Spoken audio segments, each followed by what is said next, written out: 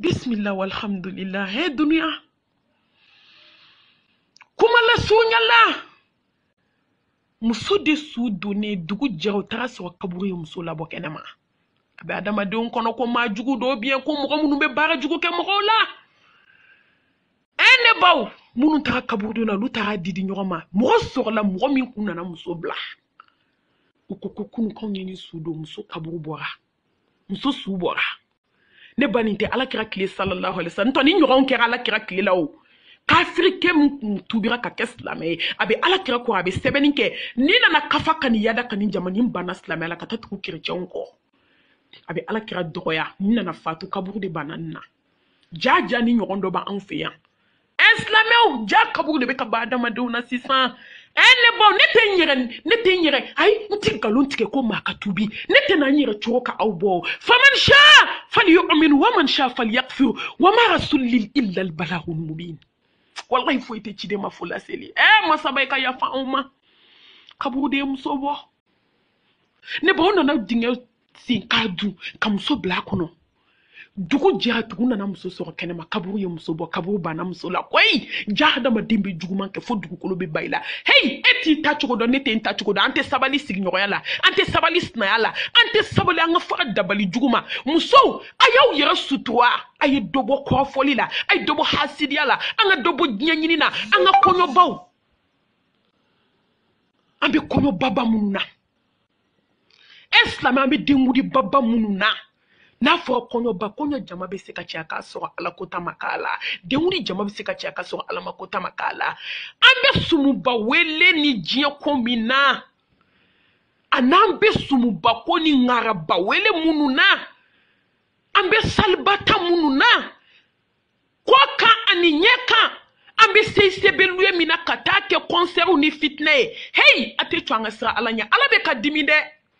wallahi ala bɛ ka dimi n'a tɛmɛna nin kan a ma nɔgɔn dɛ a ye to an ka sira ala ɲɛ ka ala deli ala ka hinana ka yafa ma ka tubi nɔgɔya an bɛɛ lajɛlen ka jamana in kisi ka tanga ala bɛ dimi jɔnkɔrɔ jɔn min ye ala ko ta dɛ ne ba dugukolo banna muso la o dugusajɛ u t'a dingɛ ba se ka muso don dugu jɛra nana muso sɔrɔ kɛnɛma kaburu banna muso la koyi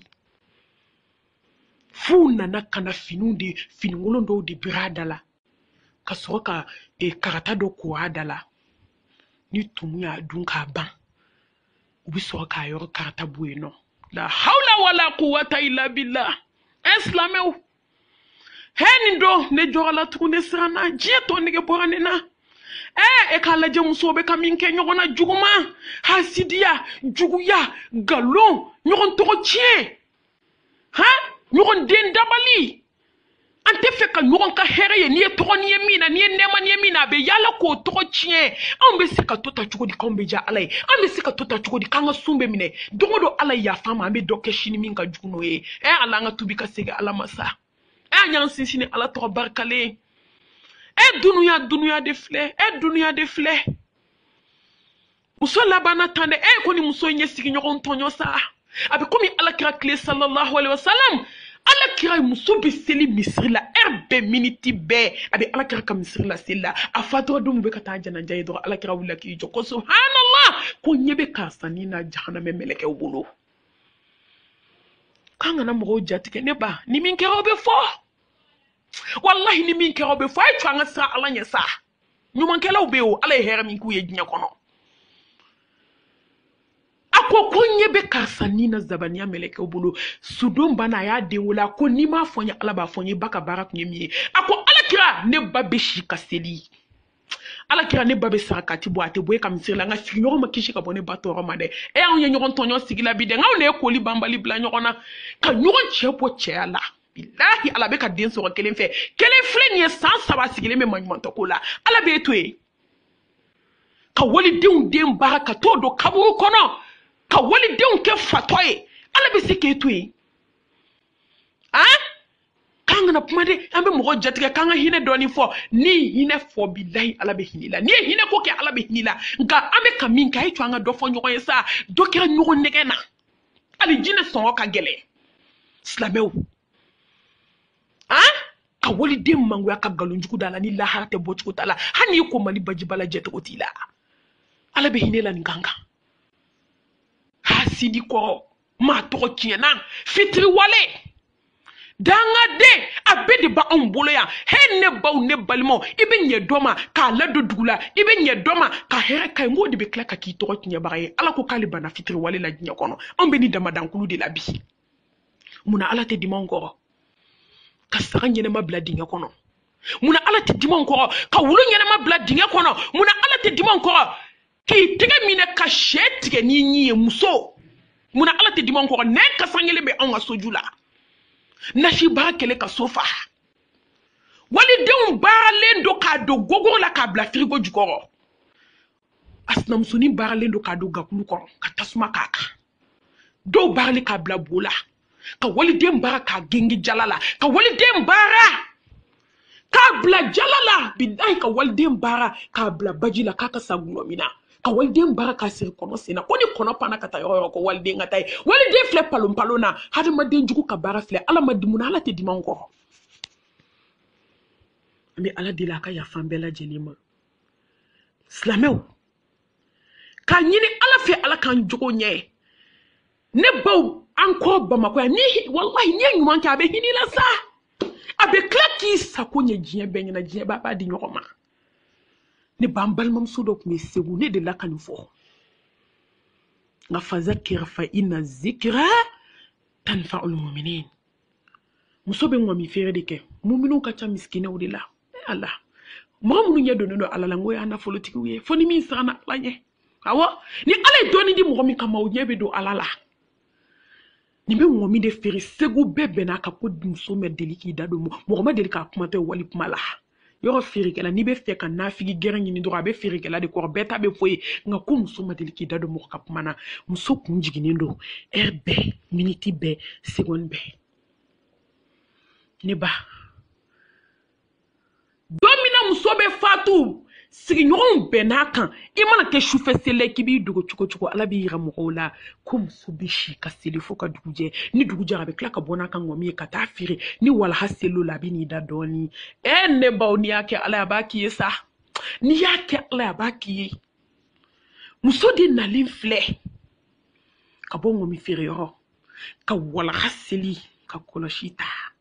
abika fa la ilaha illallah adem so kokoma ekoni ebitaiwa akoko awo konde ko tribunal tere kumbe ni ake alaba kiene baw hay to nga soufe seli cha nga ke sarakati bolay hay to nga san neuna hey ne domina ala kira ko muazma akoko muaz bena alijine kledima mena alijine sawfiye aye sufo ka selifo ka sakati fo ka sinji tugu fo ka balma ladon fo neba ngaku muazi tina nga alijine kledima kufa an kaza muazi sine na ibido alijine kono ne on ne me fen chamana la juman chaman tribi ni jo on na wallahi ala ando wala ka sayna ma ñoy ngay dadu na wali pumam ne ka srate ne baw dem sobe kayre ko dem so may kana sa ne men antigi kumbe ne ka wakati labana to di sonas na rafu Allahu akbar kabira sayyidina ali ina nanjana njalawa ene banga ke ala isa ala mi be kunu ala baby soni do ka ko Allah Allahu akbar sayyidina Usman bismillah soni dora ko Allahu akbar Umar bin Khattab bismillah soni dora ko Boubacar Siddiq bismillah soni dora ko Muhammad Rasulullah sallallahu alaihi wasallam inna nanjana jalawa ashhadu an la ilaha illallah wa ashhadu anna Muhammad Rasulullah ate do anga nyeboni sa façon fait ay do anga njogo nya sa akupap mbe sira sigi nyokonga sinye sakati bola ala nyisranye ala donna ala kanu kumbe muso duskuna ala chietiya wa ma chietiya wallahi ni ala chietiya ala bi chietiya ala kan ke chietiya ala kan fara chietiya dunke ukan ka kisini ne mani barka ala ko jide ala kira kan ka shiriya ko ala ikeleni kofe fense ngi kuntu ambulo sungalo programme na noy ala kira sallallahu alaihi wasallam ako fen tan shegimbe ana madin kan ko nyenamaya ika nyenamaya kono nana nga fenta ani shegi na ansira ka tanke amina segin to wala sebi ni Allah subhanahu wa ta'ala jena naye atani kelena kabe nyini islamé fe sungalo na aka visiti chaya banabato la ko Allah de be jurudo wa be juru sara kika Allah barkada machama ni harama de mata i harama de nyon laje ite tige nyana fika ta docteur sola ibna do ko alay masay ni ay Allah kira sallallahu alaihi wasallam te ma kun fe abeni kwanu nu fo abado nunu ne be dusku magaya nunu le ba dama de tige jena ni sungalo bayna kata docteur sola kata banabato laje ise minga ordonnance ye ko san ibisaka ke do ke miye ibisaka dumuni tobi kata di munuma ni sungalo bayna obe nyini anfe abe nyini afi hokmu kono na fanana akata muso che sabato akatu laje obe bido mo jete sini do ma joli uluka sura fana kunyeshia wakati le ngabi hadis ko tulu bolo kakuka kangali bala ulu jole me dese bato ka arana kabalomne kaso salo encore uche ukumena ni saramone ko ka do furla ko beka suntike dunia la kambo nyebolo mo shiti ta labando mo shiti ta ke chukodon aka hile yatime do na kletan labaina ay do fara chesrikan ay do fara jijakan wakati be kata wakati be kaban ay chesrike wakati be kaban che sabato muso alhamdulillah lendi temele anye yatime de bisheginta ka fini kaluye ka kana sala firdausi mo ame ala fo ame ala barkada amo barkada khalisa nga jija ni fembe jombolo nyena mayala ni de tora ni ajo jole hani jibi senteke kon abe bo ansira ka mo bisheginta ka fini duma ka kla ka fini nunu be kala ukana kala len fanata alhamdulillah rabbil alamin ala ya ndeme sababu nyuma me ala fo ame ala barkada ame jonnyuma fo sungalo fana bantofle akaw jija ambe ka boka chaya neni aw kelenkele ntenyere boala de ambe semie angoke amse ka mishi dama faka chokomi kaseka sugo di fantauma ne baw atan flana abe nyini fe ikinya na fleli ika koloshini wakati nuna kosebe ambe kletan labana wakati be kata ay doke doye ay doke shujolila ay doke kwane kalana ay doke hadisa kalauna ay doke sakati bola ay doke doye wakati be kaban sanwere yebara ala de benindon ay dobo feton la jela Novelas TV ay ni daljeli haramu garansomo Allah ay ni la jeli bla Africa Show